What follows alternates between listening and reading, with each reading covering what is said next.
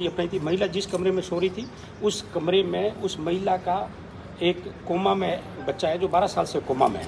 तो महिला और वो बेटा दोनों उसी कमरे में थे, उनको उन्होंने बंद कर दिया था। तो बदसलूकी वाली बात नहीं है, उनको बंद करके ऊपर से प्रवेश करके बाकी दरवाज़ा खोल करके वैसे मैंने करता। जो काश्तकार था उसी ने इनपुट दिया था कि इनके घर पे पैसे हैं। इनपुट देने के पीछे रीज़न ये था कि जब 2000 के नोट बंद हुए थे तब उस कृषि कुएं के मालिक ने 25 लाख रुपए काश्तकार के खाते में जमा कराए थे, अलग अलग परिवार के सदस्यों की। और इन्होंने ज़मीन बेची थी तो उसके पैसे थे और बेटी की शादी होनी थी तो गहना भी था। इस चीज़ की जानकारी सिर्फ इसी को थी क्योंकि अमर सिंह और माधो सिंह की डेथ होने के बाद में इनके घर पे एक विधवा औरत थी, एक बच्ची थी और कोई मेल सदस्य था नहीं। घर पे जो भी सामान वामान इनको लाना था तो ये कृषि कुएं पे जो विश्वास पात्र काश्तकार था उसी के थ्रू मंगाते थे, इसलिए इसको हर चीज़ की बारीकी से जानकारी थी। उसने अपने मित्र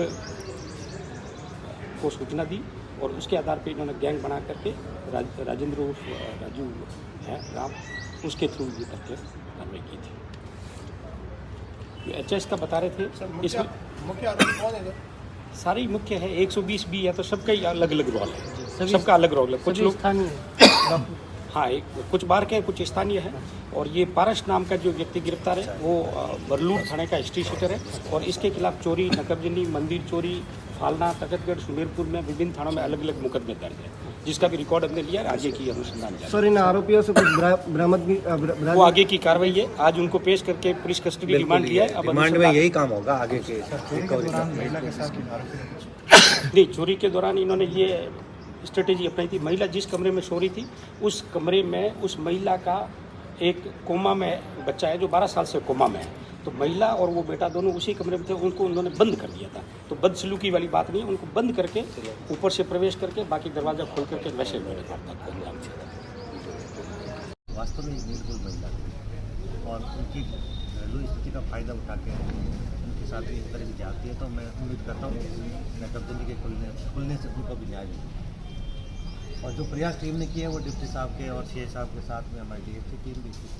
तो और डिटेल है। क्या आरोपियों ने महिला के साथ वसूली की?